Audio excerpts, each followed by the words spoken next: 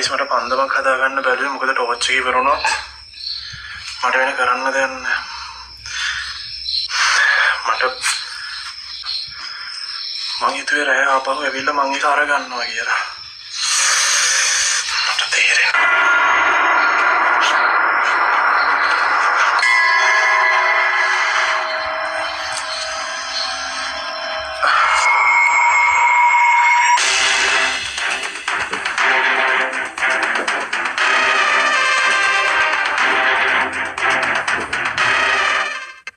ගෙදර ඇතුළට ගිහින් මට ඕනෙම කරන දේවල් එකතු කරන ගමන් හිටියා. හැබැයි මට එක දෙයක් අමතක වෙලා තිබ්බේ. මගේ පිටිපස්සෙන් තියෙන දොර අරගෙනම තමයි මම මගේ වැඩේ කරන්න ගියේ.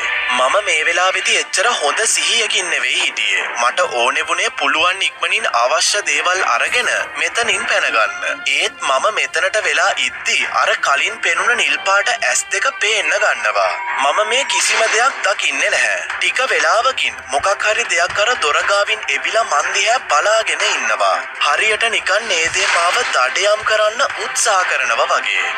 එන්නම දේවල් දරුණු වෙන්න ගත්තා.